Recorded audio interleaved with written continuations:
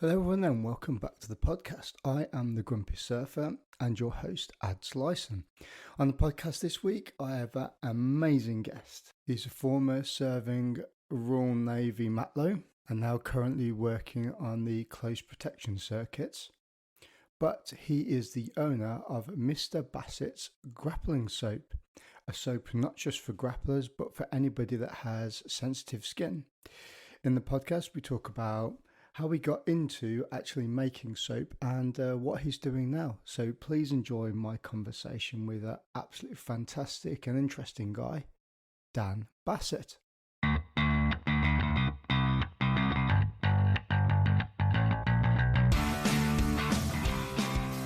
Dan Bassett, welcome to the podcast. Hello, mate. How you doing? Yeah, good. Good to see you've got your grandma blanket you've just pulled over your legs. Yeah, I thought that was out of vision. I was like, just got my little pesty gym shorts on, and I was like, I reckon that nobody will be able to see that if I put a blanket on my legs. But yeah, okay, snipes. Well, at least you've got some pants on. That's the main thing. It's not like you're pulling it over your gooch hanging out. Full on burgundy, mate. Yeah. So this conversation has kind of come about quite quickly and quite randomly, really. So we kind of bumped into each other, or I saw you through social media through Mo Morris, who was running the Beachfront BJJ seminar, which you supported with your Grappler soap. But randomly, when I messaged you and asked you about doing it, you mentioned that your brother was in the Royal Marines, and I mentioned who it was, Marcus Bassett, and I was like, "What, Bertie?" And yeah, so me and Bertie have known each other, for quite a long time. It was just quite a random coincidence, but you can't really call it that because you're an ex-matlow yourself, aren't you? So, mate, do you know what as well? Do you know? And because I'm an ex-matlow and I didn't really enjoy my time in the mob. It wasn't really. I got talked into a technical job, and I'm not a technical kind of guy. You probably worked that out by now. But me trying to set up a Zoom meeting, Mo Morris will be like that, shaking his head. But yeah, I did a bit of time in the Navy. Got talked into going comms, and luckily all my trips were boarding deployments, and I just didn't do any office work. But my little brother, it could have been very different for him because he was a takeaway chef in St Ives when he's a lad, and he said to me, "I think I'm going to join the forces." I was like, "No way, which one?" And he said, "I think I'm either the Marines or the RAF as a PTI." And I went, "Don't you dare join the RAF! Don't do it." And so he joined the Royal Marines, and the rest is history. Yeah, that's pretty cool. Was it sort of like, was it a plan that you were going to both join up, or was it just something that came along and you kind of, thought it was a good idea? No, it's so we're like we're not chalk and cheese. We're very similar, but very different in other ways. Like me and my brother, as you know, like you've met me for 2 minutes. We slightly different blokes. He's more straight laced and likes rules and being told what to do and being this place at this time in this rig. And maybe I would have liked it if I wasn't in the RN. But yeah, life on a passenger grey is a bit like silly little things that are necessary, but like not my cup of tea. So I only joined the Navy because I didn't know what else I was going to do. I'm not very academic. My brother's got that sewn up. He got my share of that. So basically, I was a very small, very skinny young lad playing rugby. I was like the stereotypical Napoleon syndrome scrum half size lads, but I had hands like dildos, so I couldn't play scrum half. So I was just out on the wing. And my dad said to me one day reading the paper, he was like, "Why don't you join the Navy?" And I went, yeah, I might do. And he went, "Look, there's an advert here. Why don't you join the Navy?" I went, "Yeah, Dad, all right, I'll look into it." And he goes, "Well, go and ring up." I was like, "Yeah, okay, all right, I will." So he gave me a load of money to go to a phone box and ring up. So I rang up the careers office. They're like, "Yeah, come in on Tuesday." I was like, "Oh, God." So I thought, I'll go in on Tuesday. No intention of joining. I thought I'd go along and have a chat. But thought it wasn't too bad. And I like the idea of being a gunner or not. I could see that wasn't really where I was at. But minesweeper, I was like, minesweeper would be good because you could do ship's diver at the time. Small boats, which, growing up in St Ives, a fishing family and always in boats and always in the sea knocking around. oh, that'd be good, you know, like messing around with explosives and doing a bit of diving and all that sort of nonsense. But I went to the careers office, and this was the era when you could be like downright lied to, couldn't you? So they were like, why don't you join? Because on paper, I'm quite switched on. My brother, when my brother went to the careers office for a little stint, they said to him, "Oh, you're Dan Bassett's brother." He went, "Yeah." They went, "Oh, he's smart lads." And my brother started laughing, and he's like, they were like, what are you laughing at? He goes, "Oh, stop taking the piss. That's my brother." And they're like, no, he's switched on cookie. And they're like, he's like, "Fuck off, lads. It's my brother." And they're like, "No, look." They showed him the scores, and he couldn't believe it. But yeah, so it could have been very different. They taught me into getting comms, and I hated it as a technical job for people with a bit more intelligence than what I've got in reality. You know, maybe on paper I've got some, but yeah, my intelligence is sort of soap making is about the limit of it, basically, mate. So I do a bit of soap making, a bit of firefighting. I'm on a security team at the minute, and I do a bit of art as well. And yeah, and that's kind of where I am. Being a Cornishman, it's always good to ask this. You know, did you ever dabble in a bit of surfing, or do you surf yourself? Yeah. That's I was listening to the Nick Pisco podcast yesterday. It's really interesting. I did notice that in the promotion for it, you said he lives in Newquay, England, mate. Come on, let's. Newquay is not in England. It's full of English people, but it is not in England. It's in Cornwall, and we'll get that corrected. But yeah, no, I grew up always in yogging when you're a kid. I don't know how you do it. You go in for like 4 hours, you get out for some chips, you go back in for 4 hours. But you know, just in trunks or whatever. But yeah, grew up messing around, and then I got into bodyboarding, and I'm kind of like I don't know what it is with me. Like I like the thing that's uncool. You know, like I don't know why I've got an iPhone and not like a Samsung or something. But yeah, I've never been into the zeitgeist. So when all my mates went from bodyboarding to shortboarding, I just stuck with the bodyboarding. I've got a longboard. I've got a big what is it, like a 9 foot single fin, which I very rarely get out on because I live in Truro, and it's awesome.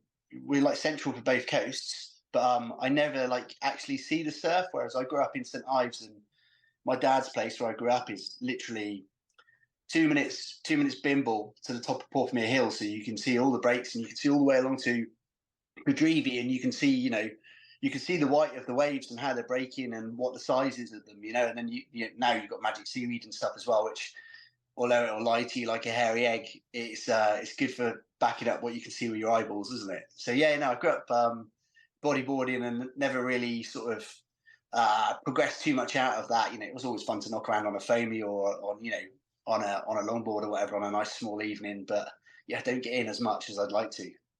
Someone's got to be a shark biscuit, haven't they? Mate, that's it. I'm tasty, mate. They love me, those sharks. They love me.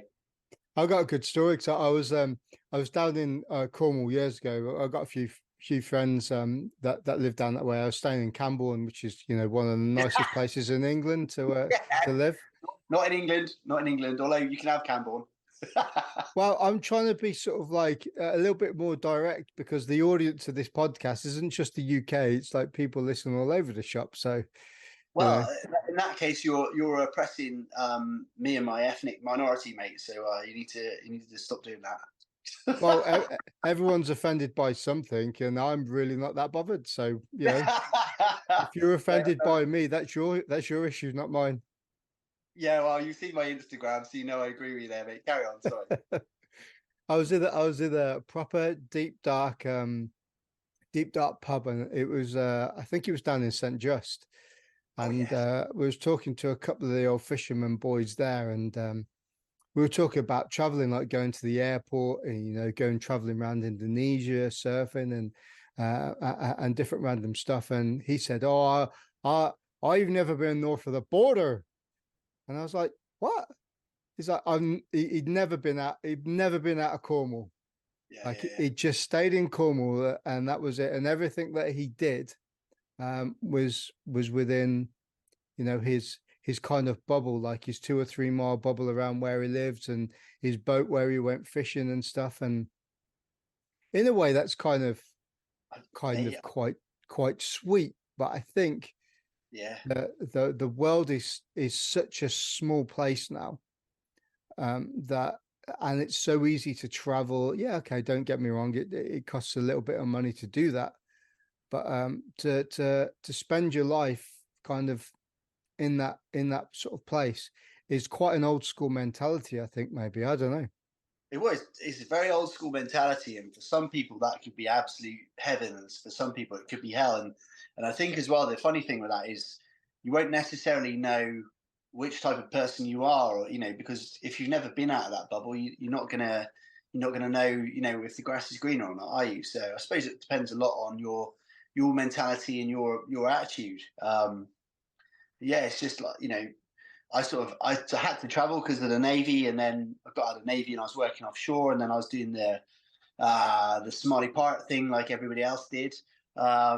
And then I haven't really traveled since. I was just flying all the time, and then I've been made to go on holiday twice, in the last few years, and I'm like, oh god, that's yeah, it does broaden your horizons, but people always say like, oh, travel and you'll see that everybody's the same, and it'll broaden your horizons and open your mind up. We're all the same. It kind of done the opposite with me as well, though, because depending on where you travel and what you're doing, I know that's a big part of it, but you see that, we're not all the same. We're all the same creatures. We're apes that have become civilized, and depending on where you go, more or less civilized. So, yeah, and, it's not all, you can't say that we're all the same, with some, and all cultures are equal, because when you've seen other cultures and how some people operate, and it's just like, right, okay, well, some are better than others, I'm afraid. That's my opinion anyway. Well, it does. It kind of makes you a little bit more humbled about what you've got, and Yeah, I'm a big believer that, as a kind of Western society, and we do take things for granted quite a lot. Like for me, for instance, and Tube, we both live in holiday destinations. So when the summer turns around and you've got all the Emmets and Grockles and all them sort of people coming down on holiday and stuff, you're like, oh my God, like you don't want to leave your house in the summer because the traffic's so bad and you're whinging about it. But you forget that you live in one of the most beautiful parts of the world, where different people from all over the world come on holiday to experience the place where you live. And yeah. and again, I was just sat up when we did that beachfront BJJ seminar yesterday, over the weekend, and I was just looking out, going, I'm so fucking lucky to live here. 100%. And I, like I said, I mentioned Portmere. It's where I spent most of my afternoons in the summer. And pretty much all day in the summer. But I always thought Portmere was the best beach in the world. And I've been all around the shop. We were in Antigua, and I was like, the sand isn't that good. And then we got to Bondi, and I was like, well, I've heard a lot about Bondi.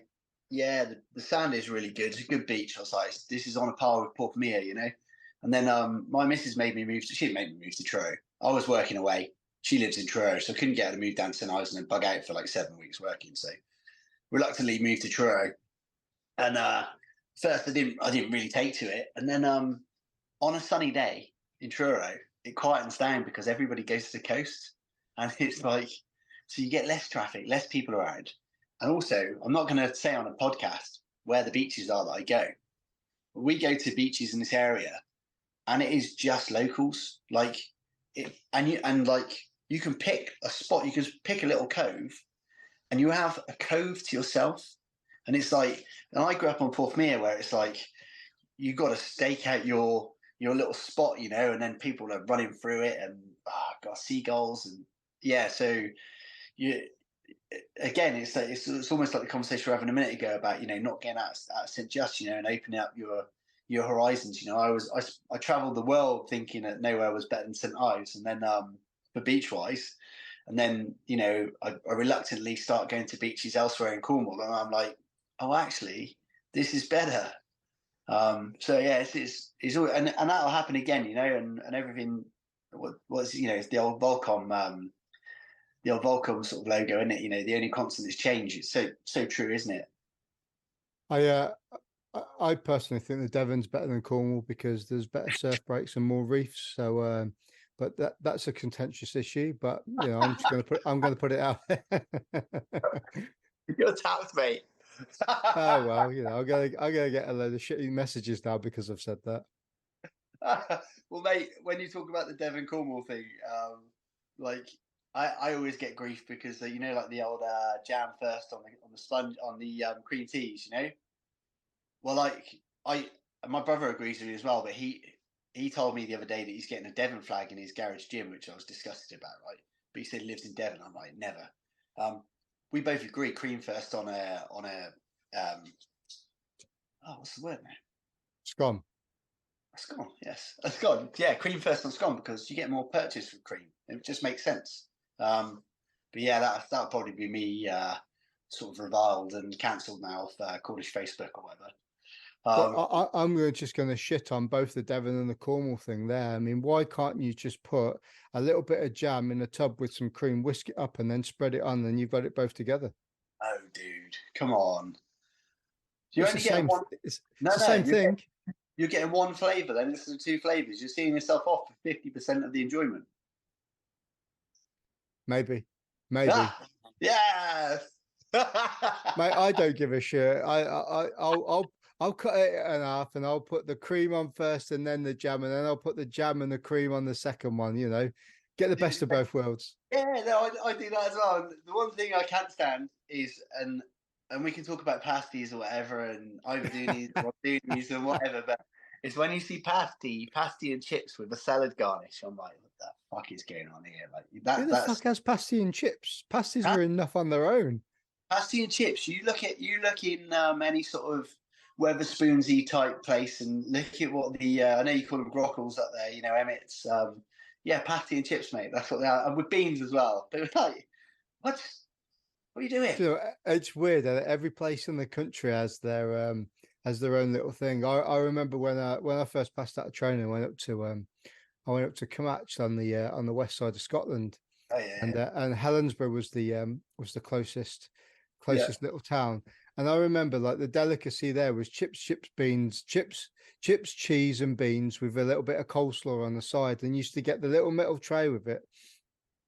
Honestly, like if you looked at it in the daytime when you had another few beers, it looked like a seagull shit in a bowl, but it was pretty decent. And I still bow by that now. That bit of chips, cheese, and coleslaw, you can't go wrong with that. Chips, cheese, and coleslaw. Yeah, chips and cheese is a meal, isn't it? That's yeah, coleslaw. I can see that. Yeah, I like a bit of that. But I don't know. It depends what you've been drinking the night before, whether actually coleslaw is going to sit with you nice or what. I don't know. Yeah, that's about the only salad I eat is a bit of coleslaw, mate. That's bad for you, isn't it? I'd maintain that. I don't know. You look like you're sitting on a carnivore diet at the moment. But mate, I did have some bread this morning. I had a bacon sandwich as a bit of a treat, but yeah, no, I'm about 80% carnivore. Less so when I'm home because I'll eat the family meal, and like last night we had a roast or whatever. But I'll generally fill myself out. It's awesome because I've got a wife and 2 girls. The dog is my only male company in the house, and when we have a roast chicken, none of them eat the chicken skin, so I get all the skin, all the legs, and then all the meat that's left over. So I basically get about 3/4 of a chicken, every time we sit down, and I'll have a bit of chicken, a bit of stuffing, and had some potatoes dauphinoise apparently last night, and that was me. So yeah, I was on like the BJJ Nutrition podcast the other week. They're like, right, what's your diet like? I was like 80% meat. Right, what's the rest of it? I was like protein bars, and they're like, right, anything else? I was like, nah. What about veg? I was like, why would you eat veg? Yeah, all it does is flush stuff out. You want to keep it in. Yeah, like I was a big believer in it, and I used to eat a load of veg. Obviously, as a kid, I never ate any unless I had to, and then as an adult, I started eating a load of veg, and I noticed I got a lot leaner because I was getting my protein and getting my protein macros in, and then I was filling myself up on veg and having a little bit of carbs on the side, and it's just a common sense way to do it for me. Fill yourself up on the good stuff, and then have less of the bad stuff. It's just common sense, isn't it? But and I used to argue with my mate who was saying, "No, you don't need veg and all this sort of stuff," and I was like, "Ah, you're an idiot." And then I tried it, and my guts, mate. I've always had sensitive skin and sensitive guts, and my guts just improved like that. Bang! I cut out milk years ago, so I have lactose-free milk, which kills me. It kills me to admit that I have lactose-free milk because everybody's, I'm lactose intolerant like that. But I am. So is my brother, so is my sister. So we've kind of got something going on there. But yeah, cut out the lactose, cut out the veg, and my guts were like, oh, okay, cool, your guts are fine now. And nobody believes me as well. They're like, oh, what do you eat? I'm like, just meat. And they're like, well, no, you can't look like that. Just eat meat. I'm like, what do you think you're going to get fat eating meat? People are still like all influenced by those massive cherry pick studies in the 50s, with the sugar industry and all that sort of stuff, which was conspiracy theory 5 years ago, and like everything else, is conspiracy fact now, isn't it? I think a lot of that sort of stuff is very people are they are very much influenced and directed in certain ways because no one wants to read research. No one wants to do their own homework to find out about things, on their own. And, being a therapist now, I've been a therapist now for a couple of years. The one thing that I've kind of used to take, I've taken for granted is the fact that I think people know about nutrition and know about exercise when actually I'd say 90% of the population really don't know anything at all. Maybe. Well, it's understandable as well, Nick. Because when you look into, like, I did a PT course and PT and like a level 3 nutrition, which was just an add-on. I was like, I'll do it because it's free. Level 3 nutrition, and you're like, it's asking you the questions for the exam, right? And it's like, right, what percentage of your plate should be carbohydrate every meal? And I'm like, fucking 0. Like, what should be carbohydrate? I'm like, what are you fucking doing the Tour de France? Like, no. And it's like something like 60%. And I'm like, what? And then it's like the food pyramid. I'm like, what? Where are they getting this from? So you can understand like people who are like, understand like some sort of 55, 60-year-old, male or female that doesn't have like a circle of people that are, Royal Marines commandos or jiu-jitsu practitioners or MMA fighters or whatever they are, PTIs or whatever, like to talk to. And they Google it and there's a government website, and then, I should eat 60%.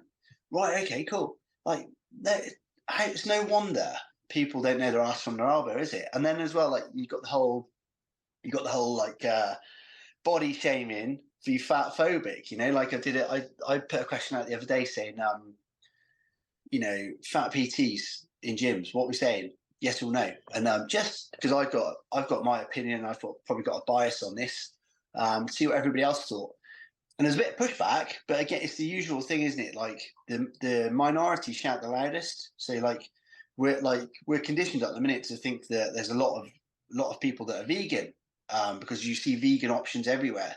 It's something like it's between like 1% and 5% of the population are vegan, but because they're always talking about it, which there's nothing wrong with that because a lot of them are doing it for ideological reasons and they believe in what they're doing.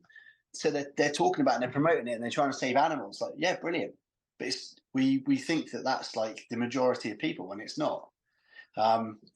Yeah, I don't know. It winds me up how wrong people are about it and stuff. And especially over the last sort of 3 years with the obvious that we won't mention, the disinformation and the misinformation and the people that are convinced that 100% that they're right. And then, you're like, okay, cool. And right, well, you do your thing. You go and get what you want to put in your body, and I'll do the same. And that's good, and I hope it does you well. And then you're getting called an idiot and a conspiracy theorist, and that you're dangerous to other people. You're a danger to yourself. The White House were putting out press statements saying for the unvaccinated, it's going to be a long, difficult winter of pain, suffering, and death, or something like that. That's the White House, and you've got family members saying this. I won't name them. Literally called me an idiot to my face for said, "Oh, you're going to go get your fingerbobs?" Nah, why not? I don't need them. What do you mean you don't need them? I was like, I'm 40 years old at the time. 40 years old. I train 2 times a day, sometimes 3 times a day, like 5 times a week. I generally have 2 days off on the weekend because I get a really nice recovery. I do Wim Hof every day. I do ice or a cold shower every day. I sauna every other day. You know, sometimes I don't have the time for the sauna as well. My immune system, since I started that, it all kind of tied in when I cut the veg out. I started doing some cardio because I never used to do cardio, and started doing Wim Hof, and started doing cold. And I went from getting a sniffly nose every 2 or 3 months, you know, cold every 2 or 3 months, to having 2 colds. And I caught COVID at the very end, when it was Omicron, when it was, you know, bugger all, but very infectious, in 4 years. And that was I rolled with people with COVID the whole way through, not knowing it. Oh, listen, mate, I've got COVID. I've now infected everybody. I'm like, I haven't got it. And people say to me, oh, what do you do for your health? You're always healthy. I'm like, well, I make sure I do a little bit of cardio now. You know, like when I say cardio, people use it wrong, don't they? And I do as well, because we all do. Aerobic. When I say cardio, I mean aerobic. And cardio, like weight training, is cardio, isn't it? Effectively. I widen my mate up about that time. Yeah, get my heart going. Go and do a bit of aerobic. I'm in the cold. I'm breathing. Breath work is a form of meditation anyway, so you're backdooring all your meditation that you don't get around to doing. I said, like, this is what I do, and they're like, what do you do for stress? I'm like, all that's for stress. They're like, no, what do you do for your head? I'm like, all that's my head. You know, that's a physical way of me exercising what I need to get out to be good. They're like, what they want you to say is, I take this pill. Do you know, I take this vitamin you can get for 35 quid on Amazon. It'll be here tomorrow, and you don't have to do anything. And yeah, it winds me up a little bit, but to each your own. You know, you can't tell people to do it. It's that different. You know, like it's like a hierarchical pyramid of like starts with information, knowledge, truth, wisdom. You know, like my dad always used to say to me, "Oh, you need to save money for a rainy day, and you'll be glad you did." And I go, "Okay, cool." And so I know this information is probably true, and he's saying, "Listen, I'm telling you this because I never did it, and you'll be glad if you did. Save 10%, 20% of your wages, keep it there for a rainy day, and you'll have a load of money there. I wish I'd done this." And so that's truth. That to him, that's wisdom, right, or knowledge. And to me, it's knowledge because I know that's true information. But to him, it's wisdom because he's got an emotional attachment to it. And it doesn't become wisdom to me until I've gone 10 years later, didn't invest the money, didn't save the money, and I go, fuck, that was wisdom. Now it's wisdom for me, but it's taken that emotional attachment to it, that bond to it, to make it wisdom. It's you can't impart wisdom to it. What they say, beware of wisdom easily earned, because you're probably wrong. But yeah, like I said, I'm a bit of a meathead hippie hybrid. You know, hence I'm the only non postmenopausal soap making fighting man in the world. Well, let's talk about that a little bit. So you have got a bit of a prolonged career in sort of like the martial art, sort of like fighting arena, because you've done a few MMA fights, and you know, you're into jiu-jitsu now, and so where did all that start, and how did you get into it? So it started in about probably about 2009. Like I said, I was a little angry whippet of a lad, like a Japanese racing snake, as I was always called, much to my chagrin. And I realised that I just liked the scrapping side of rugby more than anything else. You know, just like throwing the handbags around, and I couldn't catch a ball. I'd have been all right if I could catch a ball, but I couldn't. So I started doing a bit of striking, and then I went to see some kickboxing, and it was scored really weird. So I thought, well, as a sport, I don't like that. I like striking. And then some friends of mine were talking about MMA, and basically I got talked in. So, the guy who was training me went to a seminar, and he was chatting to someone he knows who's also like a trainer, and he said, "Oh, I've got this lad, and he's been doing it 6 months, and he's nails." And so the guy who's training me said, "Oh, I've got this lad, I've been training him 3 months, and he's nails." So they like, "All right, we'll see if your lad wants to fight." So he came back and said, "Oh, explain to me, this lad wants to fight you. He's been doing it a bit longer than you."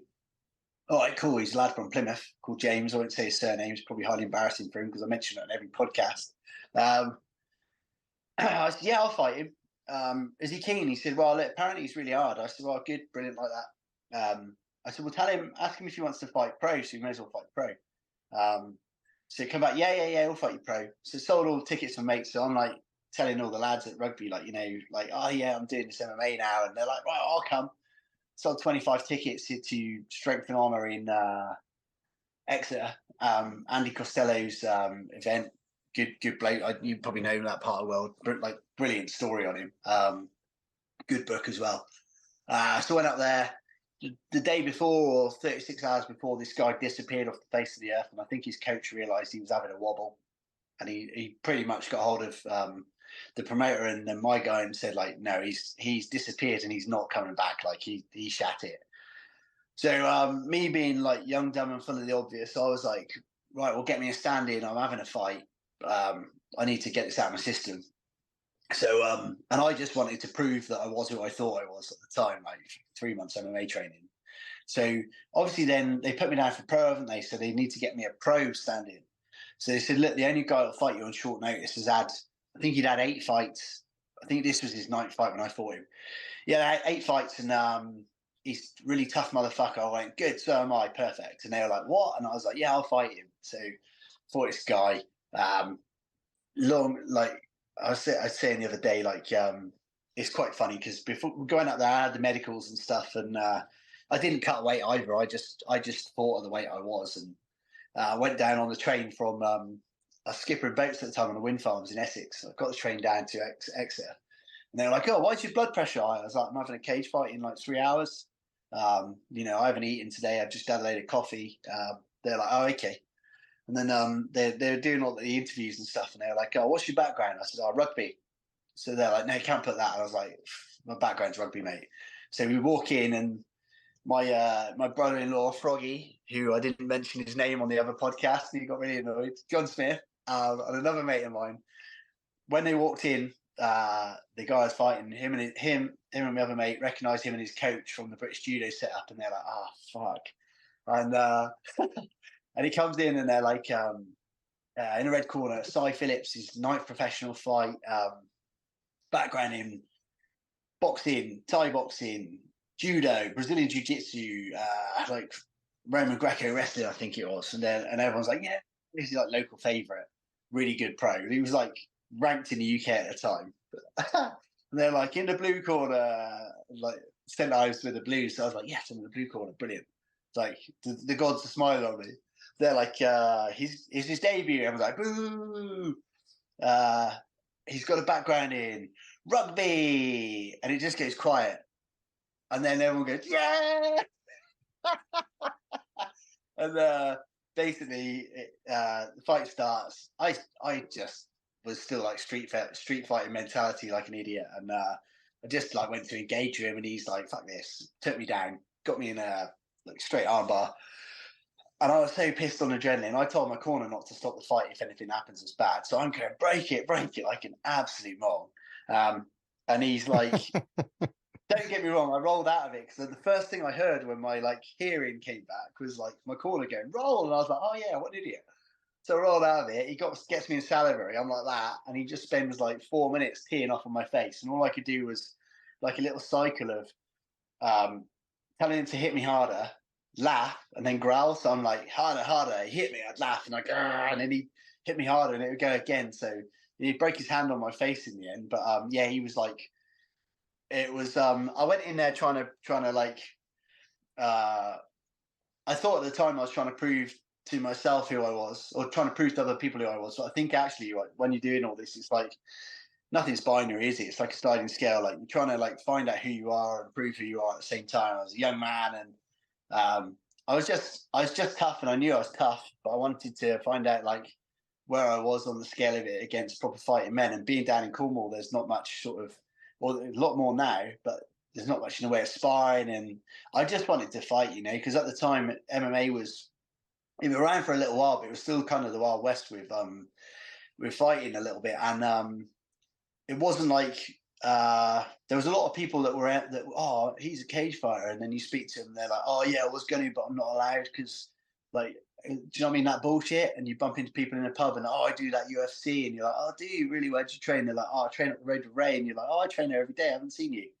I didn't want to be one of those guys, so I massively like shot past all the sensible little sort of hurdles that you sort of jump over to get to what should be the start line with MMA. You know, the finish line of your preparation for it. I just bypassed all that.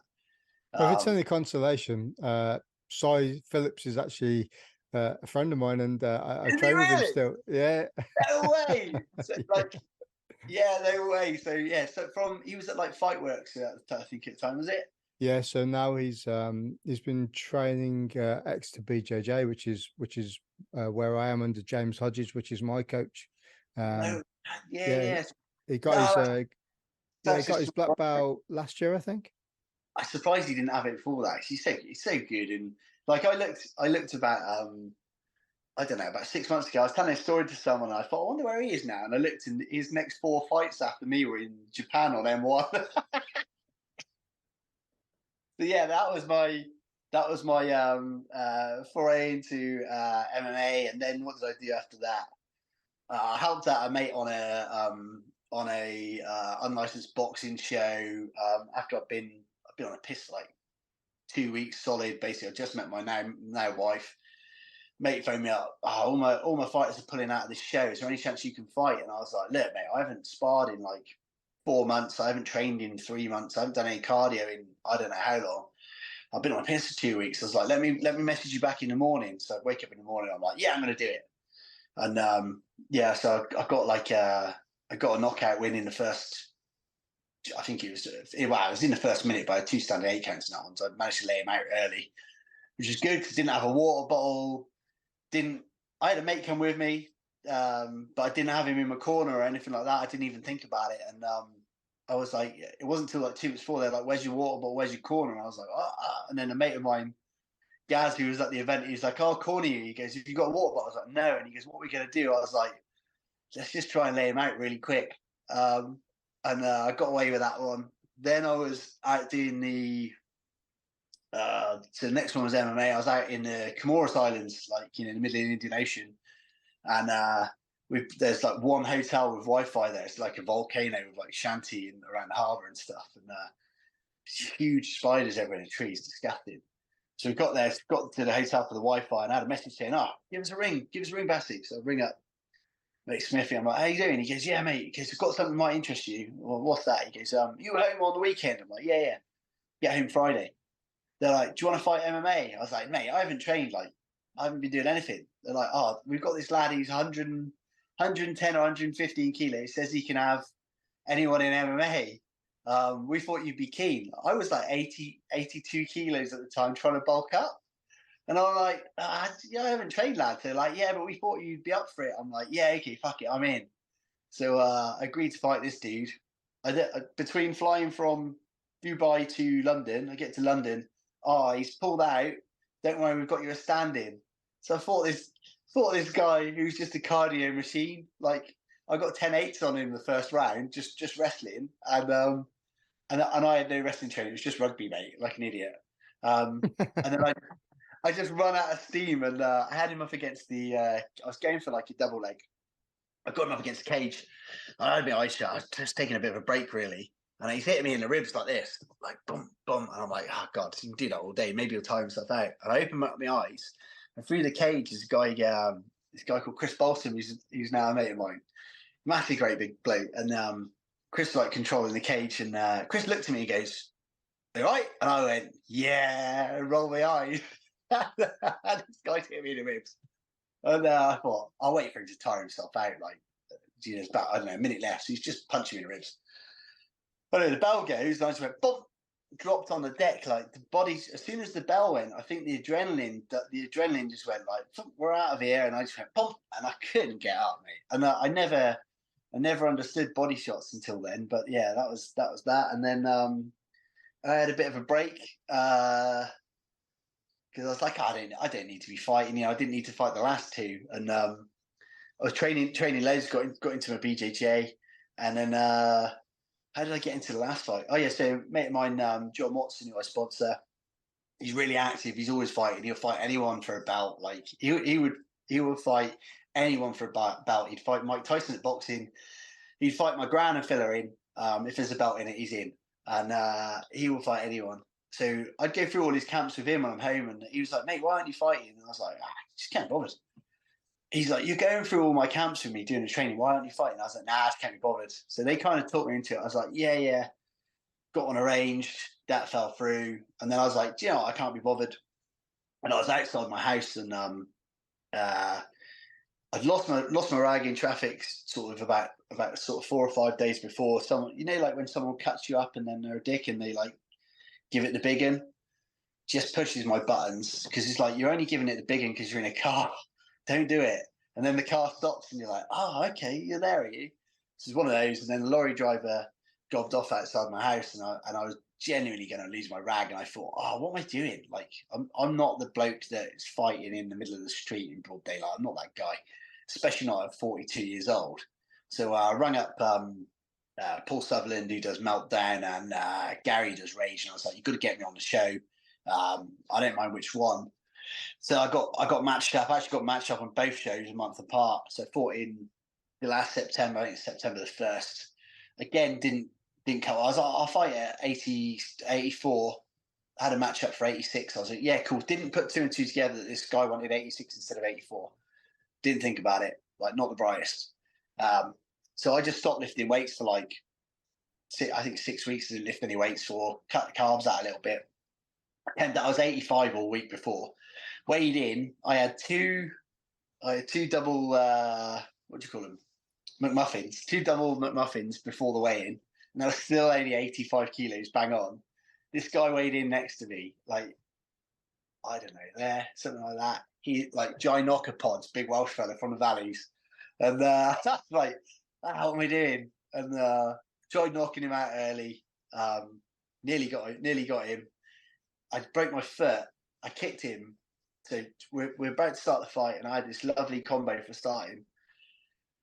And then just as the bell goes, Sean, who's in my corner, is a really good boxer. He goes, "He's a southpaw, Bassett. He's fucking southpaw." And I was like, "Ah, shit." And I'm like, "What do I know about southpaws?" I'm like, "Okay, got a inside leg dominates. That's my knowledge about it." I'm like, "Shit.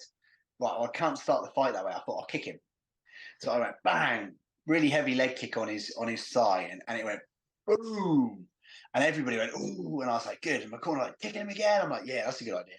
To go to kick him again, because he's so much taller than me, so rangy, I'm like kind of leaned back a little bit, and I just caught his knee with like the sort of the top of my foot, just right on his knee. Didn't feel it. Stepped back, and my foot was bending in like this really weird way, and it was like crunch crunch, and I was like, "What's that?" It's all happening so fast. I'm in a fight at the time. 6 seconds into the fight in the first round. I'm like, "What was that?" So I step again, and it's like crunch, crunch. And I'm like, "That's very odd. What is it?" Step again, crunch, crunch. I'm like, my foot's bending sideways. And it's the bones. So I'm like, "All right, no worries." Carry on. The guy gets hold of me. So I'm trying to knock him out. He grabs hold of me, and like the size difference, he cut from well over 100 kilos, and I was walking around at 85 kilos a week. Like, he just grabs hold of me, and goes, boom. And it was like, if your ground's about to step in a dog shit and you just grab your ground and move it, like, it was like that. And I was like, right, okay, this is that thing where I'm not the strong bloke anymore. And he just wrestled me, and I was on the bottom of Mount for the whole of the second round. And it's quite interesting when you look at it. Like, I know, like, everybody loves jiu-jitsu, and I love jiu-jitsu, and I love jiu-jitsu. But it's easy to get into the mindset, like, even when you do like jiu-jitsu and you do a bit of striking, like, I know jiu-jitsu and I know striking, so I'll be good from here. And you're watching UFC, and you're like, why isn't he escaping? I'm on the bottom of Mount with a broken foot, but it wasn't all the broken foot either. It's like, I don't do enough probably striking from with my grappling. I'm just on the bottom, and I was just thinking, well, these aren't doing me any damage. I'm having a rest. Like, I'll just stay here. And I stayed on the bottom, and survived that for the second round. And I survived during the course of the fight, guillotine, Das was really good. Rear naked, where he had his hooks in, had me flattened out, and everything was going. And I thought, and a head and arm as well, I think it was. And twice in the 4 submissions, I was like, this honestly went through my head, like, I'm going to look silly at work because I have a security job. I'm going to look silly at work, and my mates are going to take the piss out of me. And this is as everything's going, as when you're going. And I thought, well, I'm not tapping. And just as I'm going, I give it like a wiggly worm, and managed to get a bit of space and survive. And I got through it. And it's kind of like I said, that meathead hippie sort of hybrid sort of thing. And like you get like your facial sort of revelations about it are like, yeah, okay, I know I'm tough, and I know I'm too stupid to give up sometimes. And I was off work for 11 weeks with no pay because I broke my foot on someone. This is all me being stupid. But the wisdom that I got out of that will stay with me forever is that when the shit was really against the fan, the shit hit the fan and it was coming back my way, I really know that if I want to, I won't give up and I'll crack on with something. And two, I was like, it didn't ever go through my head that my kids or my wife or, my best mates or whatever would say anything or there's any hint of humiliation or embarrassment with regards to them, because those people love you for who you are, and it's unconditional pretty much, isn't it? So it doesn't matter. And it's only people that are in the sort of in the periphery of your social circle or social media or whatever that you've got that fear of humiliation with. And also, as you probably worked out by me already, I don't take myself too seriously. So if you can laugh at yourself, you've got nothing to fear of other people laughing at you. So it's only your ego, isn't it? So I think though, if you as you get older, the way that you see things and the way that you think about things and your opinions of other people don't really matter. It's just the immediate. I've talked about bubbles before, and it's like your immediate bubble that really matters anything to you. Social media and all that sort of thing, it's not real. Yes, they are real people, but it's not real. It's just like someone making a comment and that's it, really. They're not real though either, because like I read something the other day and it was a slightly different twist on something I really like, and they were saying that who I think I am doesn't exist. Who you think I am doesn't exist. I'm a different person to every single person in the world, and so are you. And you're like, and it's like you heard that thing like, I'm not who I think I am. I'm not who you think I am. I'm who I think you think I am. So it's like you can listen to that over and over and over again and mess it up and turn it into something else, and it still means the same thing. It's like I love it. It's good. It's good stuff to keep in your head, isn't it? Especially if you're having a bit of a downer about about anything or whatever, or other people's sort of views on you or whatever. Like fuck everybody else, like keep yourself. I've never really been that bothered about people's opinions, even when I was at school. I mean, I was I had this conversation with my daughter the other day, because she's moving up from. What conversation to have with your daughter? Well, she was coming up, moving up to the next school, and she was talking about, she was scared and a little bit unsure because it's the fear of the unknown and all that sort of thing, and I said, you've got something. Your personality is the way that I was when I was at school. Even though we don't see it, we're kind of very much like the American school system, where you've got your groups of people. You've got your sports people, you've got your jocks, you've got your nerds, those type of people. And there's lots of different sort of like groups of people. Now, if you identify with one of those, you're always going to get sort of discriminated against, even inadvertently, even though if you don't think that you are. But where I socially sat was, I was never part of one of those groups. I knew people in all of them. Yeah. So whenever I went into a room or something like that, I knew everybody there, whether it was like playing rugby with them, whether it was socially, whether it was from a class or an interest, whether it was like psychology or reading or something like that. I don't know. So I always kind of kept myself outside of a social group. And I didn't really realize this until, you start understanding the social psychology of things. And I think that kept me in good stead. Now, going back to like what I'm saying about my daughter is she's very, very similar. She gets on with boys and girls, and being an 11-year-old girl, 11-year-old boy, you get shit off either sex, don't you? Yeah, Because you're like, oh, you're talking to him, you fancy him, or you're with him, and blah blah blah. And so she was a little bit worried about it. I said, look, don't worry about what they think. At the yeah. end of the day, those people are probably jealous because you've got something that they can't do, and they don't realize it. That's why they give you shit about it. And it's very similar to, kind of what you're talking about, I think. Mate, 100%. And yeah, I think it's another little sort of similarity we've got is like, my daughter I think's a year behind yours in school, and it's a similar thing, isn't it? I can remember back at school, everybody's, you say you've got those little sort of, there's rugby and surfing, and then there's the townies, and then there's the people that hang around like the Council State Park and that sort of stuff, little groups, and they have all their own little hierarchies, but everybody's ultimately trying to be the same bloke in each one of those hierarchies. It's like school archetypes, isn't it? The jock, the musician, the emos are the musicians, and then the townies, and the druggies sort of, or like little Venn diagrams, isn't it? Because the druggies, surfers, druggies, yeah. There's always a few dodgy ones in the school rugby that are doing a bit of that. The townies are massively into it. So yeah, everybody's trying to be the same. Like I was listening to Dan Strauss talking on a podcast, the other week, and they said, "Oh, what's your superpower?" And I don't know if he was asked that or if that came later, but he was basically saying that he's never ever felt bothered by what people think of him. And yet, like when he said it, I was like, it's so obvious with him because he's so free. He dresses like however he wants to dress. He's doing his random strength training. He's just being him, and he's completely free of like pressure from other people. And like that is a superpower. That is, because like I said, comparison's a thief of joy, isn't it? I think if you look at most of the people in the world, they live better than 99% of people throughout the history of mankind, but yet because of that, we've got the most mental illness, depression, suicide, especially in young men, because we're not, and this is me bro science in it, but I think we're not doing enough things that satisfy our basic urges, impulses, and drive.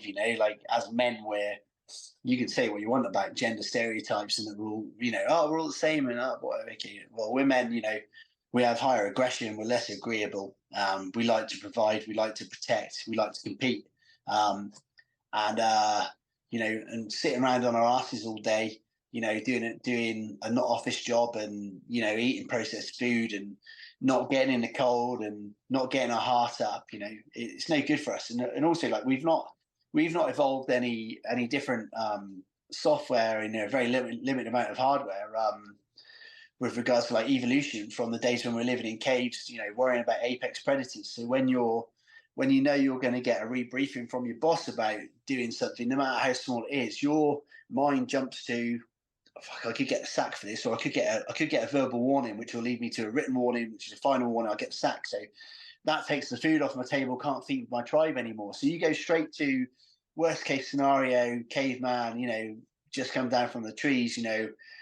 That he's stealing my kill, because that's just the way we are. We haven't evolved any further from that. I think the more people are doing stuff like, and you'll be the same. People go, oh, look, I really like to try jujitsu. I don't know, it just looks a bit like, try it. Like it satisfies like all these sort of all these things that we need to do that are good for us: play, interaction, physical interaction, exercise.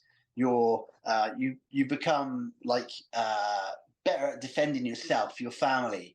All these situations you get in the street, in the street, if you have a burglar, when I'm doing fire brigade, like it crosses over with like antisocial behaviour, and there's a lot of people that set fire to things that aren't very good in their head, obviously. It just gives you other coping mechanisms other than like, because if you don't know how to fight, everybody has an idea of how to hit someone, don't they? But if you're involved in a road rage in the street, or you see someone mugging an old lady or whatever, and you don't know how to manipulate someone's body without breaking their jaw or their eye socket, or laying them out or whatever, you've got to hit them, haven't you? Whereas when you know a bit of jiu-jitsu or a bit of wrestling or a bit of judo or whatever, enough to get someone safely to the ground and then control them, you know, all of a sudden you've stopped the situation, you've not hurt anyone, you've not put yourself at risk of probably prosecution, and jobs are good in that. And as well, how different does it look when you use, like, say if you like double legged someone or you tripped someone or took them down or whatever, take their back and just sit there and control them. It looks completely different to me chilling someone, doesn't it, in traffic, you know? So I don't know how I got onto that, I digress probably, but yeah, jiu-jitsu and activity, there we are. Doing what we're meant to be doing. No, it's a good point, and I try and reiterate this too much. I'm not one of these people that I will talk about what I do if people are interested in listening to. I'm not one of these people that just like, oh, by the way, I run the jiu-jitsu academy. It's amazing. It will change your life. Swear to God, you know, and keep going on about it all the time. I'll mention it once, and if they want to talk about it, they can. The same with the therapy side of things. Oh, by the way, I'm a therapist. It looks like, you know, you've got a bit of back pain. You've been talking about it. I'll mention it a couple of times. My mum would probably kill me for that, because she'd go like, well, you know, you should try and book him in for an appointment while you're talking to him, you know, and get some business out of it. But I'll mention it. And I guess in a way it's kind of like where underselling what you can do and what you can provide, which I'm slowly learning a little bit. You know, I've only been at the military now, you know, nearly 16 months. So I'm learning all of this stuff as I go along, and I've just started a kids class last week again. Oh, amazing. Yeah, 10 to 15-year-olds, and trying to get a small community, or you know, Exmouth's one of the biggest towns in the southwest, so trying to find a way to instigate my passion without forcing it onto people, to make it an enjoyable experience for them, so they can get something out of it, is something that I think I'm slowly becoming quite passionate about as well. So, and all this stuff that we're talking about is about empowering an individual, right? Yeah, 100%. It's about having that person be comfortable in their own skin. So, you know, if they're walking down the street or they're walking home at night, they can feel safe in the knowledge that if someone does attack them, they can look after themselves. Whether they're at school, there's bullies there, you know, people are giving them loads of shit at school, and they can control that anger and rage. And inside, they know full well that, do you know what? If they become aggressive, I'm just going to chuck them to the deck, take their back. And then if they don't stop being a dick, I'm probably going to choke them out. They're not going to get punched, you know, but at the end of the day, after that altercation, there's a good chance they're not going to become that aggressive towards me, and they'll probably become a legend within the school as well for doing that. So, you know, it's one of those. So I was, like, as I mentioned, I was like the stereotypical sort of Napoleon syndrome short kid, right? But my best mate, one of my best mates, Ben, he did judo as a kid, right? And he was really small as well. He was a year below me at school. He's actually, like, I'm deaf, right? But he's like properly deaf. But like, just mega cool, mega chill bloke. Like, he once got run over walking to school because he was reading a book crossing the road. Like, he's that kid. I told everybody he was reading a dictionary just to make it a bit better. But so that's the story we're going with. Ben was so chilled out. I think he had one fight in school because some bloke grabbed him and he just went bam, like Ippon and Aggie, because he was like 3'2", like perfect for a CO. And like, when you get Ippon and Aggie by like one of the smallest kids in school in front of everybody on the school field, nobody wants to be that guy ever again. And like, I think he had like 2 more fights that I know of in his adult life. One was a bloke trying to mug him. 2 blokes tried mugging him. He did the same thing Ippon CO, and then they ran off. But just a mega chill bloke. But just a little bit of knowledge. But then, like, I find myself like, it's the same sort of thing. Is it people ask you about it? I'm like, blah, blah, and then you like, I'll be mentioning it. I'm like, but the best form of self-defense is situational awareness, isn't it?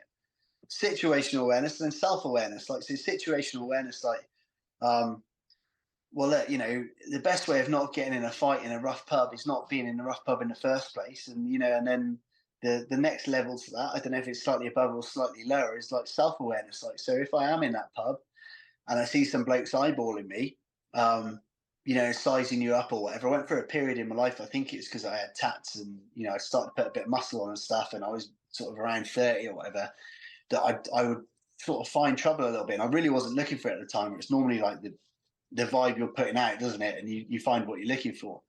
But I went to a pub one time. I said to my wife, come on, let's go. She goes, we've only just got here. And I was like, come on, let's go. She's like, no, we've only just got here. You just ordered a drink. I said, can we just go? She goes, no, we're having a drink. I'm like, okay. 2 minutes later, she goes, okay, let's go. I went, no. And she's like, come on, let's go. No, you're right. And I was like, I'm not going anywhere now. I'm drinking my drink. And because then I was self-aware enough to know that I shouldn't have been in that place, and let's get out of here. It's not worth it. But then my ego got involved. So I wasn't self-aware enough to go, your ego has now said that you're going to play the eyeballing game with these 3 blokes or 4 blokes or whatever it was. And I'm going to finish my drink and I'm not going to be hurried. And then I'm going to leave.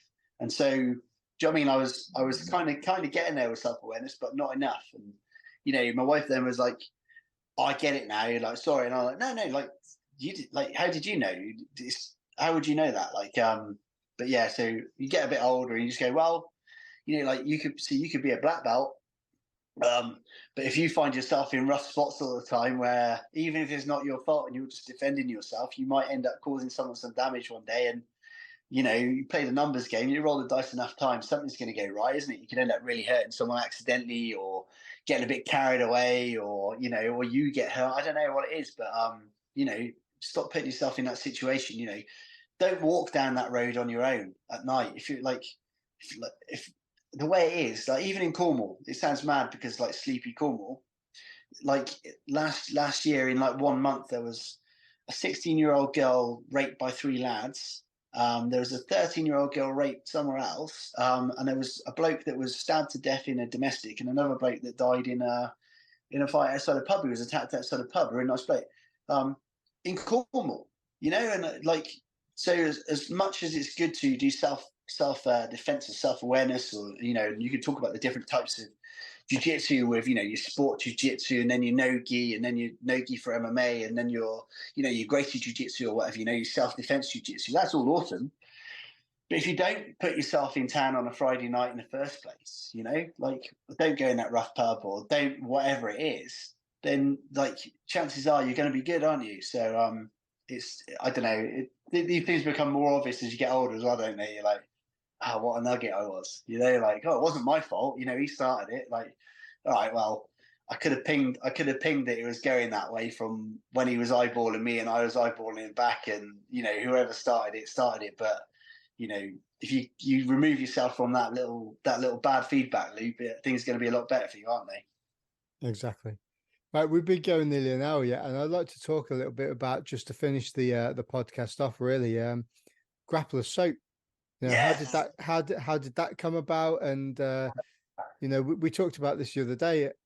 How rapidly it's growing and expanding for you. How did that start? How did you get into it? And how's it going? So how it started was, I mentioned I got real sensitive skin. I'm a bit of a fanny. So if I used actual soap, my skin will go real tight. It feels nice for about 10 minutes, and then it just goes dry and flaky and horrible and itchy. I tried defense soap because Joe Rogan always goes on about it. So after years of being mentally programmed by Joe Rogan, I was like, I'll get some of this. And I had an idea of how it was going to look, smell, feel, and ultimately like affect my skin. And I was really I wasn't disappointed. I was just underwhelmed. It wasn't what I thought it was going to be. So I said we were down training at my mate's place. The 3 of us, me, Sean, and Watson, just basically filling me in all the time, training. And I said to them I was going to make some soap, and they were laughing their heads off. And they're like, "You're not making soap." I was like, "I'm going to make some soap." They're like, "No." Spent about 3 months researching it in my downtime, and then watched hundreds, if not thousands, of videos of people making soap, mate, honestly. And nearly all like women 50, 55 plus, and then I spent about a month where I was like, right, I'm actually going to do this. So I made some. It was actually really good. It was better than the world leading brand straight away. And this is the thing when I said to him, I'm going to make soap. It's going to be better than defense soap. They're like, fuck off. So I said, try that. So he tried it and they were like, it's really good. It doesn't lather up too much. All right, I'll have a look into it. So I looked into it and I added a couple more ingredients. I added the oats and the honey, which are different reasons why. Oats is mega alkaline. It doesn't matter how woo you think that is. Like an oat bath is like a solution for people, an old school solution for people with eczema, you know, and it really does help, according to people I've asked. So the oats and the honey, you know, extra humectants that, you know, add moisture and retain moisture to your skin. And it just lathered up loads. Anyway, so I said, try that now. And they're like, fucking, that's amazing. You're going to sell it? And I was like, I don't know. They're like, go on, sell it. And I had like a spare Instagram profile because I've got my art profile. So I had a spare one and I was like, it was just for the gym and jiu-jitsu. And I was like, well, I'll call it like, I'll make a brand up. So I looked at two brands that I've always really liked the branding of, like being an old school sponger, Mr. Dogs and Mrs. Palmer's, right? And I was like, they're just, it's the Shaka and the Kitsch logo. And I was like, cool. So, because everybody loves the Shaka, but also like, don't be like, guys, oh, it's all the time in every single photo, like family photo with your grand, like chucking the Shaka out. So I put a logo, put it on Instagram. And I thought maybe, you know, if I maybe one day paid for like some of my utilities or my car or whatever, that'd be like a dream come true. And then like within 6 months, it was doing quite big things. And then like, you know, where we are today now is like, it's just crazy. Yeah, to go like, so we'll go to events or whatever. And I'm cornering my mate or fighting or whatever. And like, there's customers of mine, kids that are there, and they're like, "Oh, Mr. Bassett, how you doing? Can we have a photo?" And they bought their soap. You know, I gave them a soap a month before. They bought their soap to the event to have photos with fighters and stuff. And then like my mate went to a sort of a local MMA shop in Swindon. I think it was Raged, or wasn't there? Was it Meltdown? It was Meltdown in Bristol, and he said like there was 4 people in the crowd with Mr. Bassett's t-shirts on, like. Just random, like how cool is that we created something that was not cool enough. I don't mean like cool like the Fonzie cool. I mean like something that people are happy enough with, you know, to say, oh, you know, this brand's a bit of me, you know, or you know, I'm happy to support this brand. I'm happy to wear it on a t-shirt, and you know, like luckily I've got the branding okay, and the marketing's just me being a complete dickhead most of the time, which people don't seem to mind too much.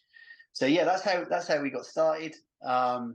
It's going crazy. We're just trying to iron out problems or iron out the sort of entry into international track shipping next day, all that sort of stuff. We've got DPD involved. So basically that should open up France, Holland, Sweden, you know, USA. You know, we've got a store in USA, but we haven't got the pricing quite right over there. So it hasn't quite kicked off the way I thought it was going to. But yeah, things are looking really bright for us, and it's really cool as well. We've sponsored a few pros, and that's really cool. There are people I've followed like my whole adult life, you know, like Jimmy Warlade. It was really good to sponsor him. But now I'm just concentrating on sponsoring amateur fighters. And what's really cool about that is for hundreds of pounds to sponsor a pro, which is again is really cool to do. It's nice to be in that position to do it as well. For a fraction of that, I can sponsor 10 amateurs, you know, and so I'm going to say it now, like, don't message me saying, can I sponsor you, please? I'm top as a sponsorship at the minute. But it's really cool to be able to play a little part in people's jiu-jitsu. And also as well, I get loads of messages off people that are like, oh, my son's got really bad eczema, or my daughter's got really bad eczema. Can she use this? He really likes Nogi, but he can't train at it because of his skin. Yeah, okay, cool. I'll send some out. So I send them some soap out, and I just let me know how it goes. And then I get a message like a week later, and it's like a before and after photo, and it's crazy. And they're like, I don't understand. Like, he's been to the doctors for this like 10 times, you know, over the last like 10 years or 15 years or whatever it is. And they give him steroids, and they give him this, and they give him that, and nothing really helps. And they use this cream, and it stinks. So he doesn't like it. He uses link shower gel, all this sort of stuff. And they use the soap for a week, and things clear up. And that's really cool for me when I've got like parents of like 6-year-olds and 8-year-olds and stuff messaging me going, I just want to say thank you, because my son's now turned around and said, oh, Daddy, now I can wear shorts without people looking at my legs. Like how, like, because you know as well, like, you forget what it's like being a nipper. Like when you graze your knee, it kills, doesn't it, when you're a kid? So you imagine being in like constant discomfort with the whole of your skin. And then like someone's kid is saying that to their dad and their dad messages you. So yeah, it's mega cool for me to be playing a little part in people's jiu-jitsu, and also like, helping some people out, and also like lining my back pocket, which is the most important part. Also, we do help. We help out a charity called Buy One Give One, B1G1, and basically I've got talks into that. For every bar of soap we sell, we donate 7 days of fresh drinking water to a child in Tanzania. It's like basically you buy the filters or whatever. It's a transparent charity. You can see where the money goes. All the admin's paid for by membership costs, which I pay out of my own pocket. So 100% of that very small portion of the sale goes to 7 days drinking water for kids in Tanzania. And I've got to do it for the last few months actually and add it up, but we're already at something like 18 years of fresh water for kids in Tanzania in like 18 months. So what a little tiny little difference that, and it's that hippie like woo hybrid stuff coming out again, isn't it? Like, we talked about vibrations earlier, and you get out you get back what you put out. If you're walking down the road and you're expecting that everybody's an arsehole, you see arseholes. If you're walking down the road thinking about the good that everybody's got in them, or the potential for good that's in everybody, you see it when they smile at you, or you're smiling at them so they smile back. And if you put a little bit of goodness out there, it comes back. And that's what I'm trying to do with that. And that's what I call sort of my karmic margin. So then when I do get annoyed in traffic and give someone the V signs or whatever, at least I've got a bit of a hedge there. Right. I'll stick all these. If you send me the information, I'll stick all of those into the bio Cool. of the podcast. And on that note, being very philosophical, I think we'll end it there, mate. It's been an absolute pleasure talking to you, and we'll definitely have to do another one, because I think we've only just scratched the surface with kind of philosophy and outlooks on life and jiu-jitsu and stuff like that. So I'd appreciate if you came back. Mate, I'd love to. I can bro science about all manner of subjects for hours, mate. I can talk nonsense for hours. So yeah, pleasure. Thank you. Dan Bassett, thank you very much for joining me on the podcast. Cheers, bro. Thanks for having me, and it's nice chatting to you. And that's it. If you like the podcast, please like, share, and subscribe on your podcast provider, and leave us a little review at the end if you fancy doing it. Thanks for listening.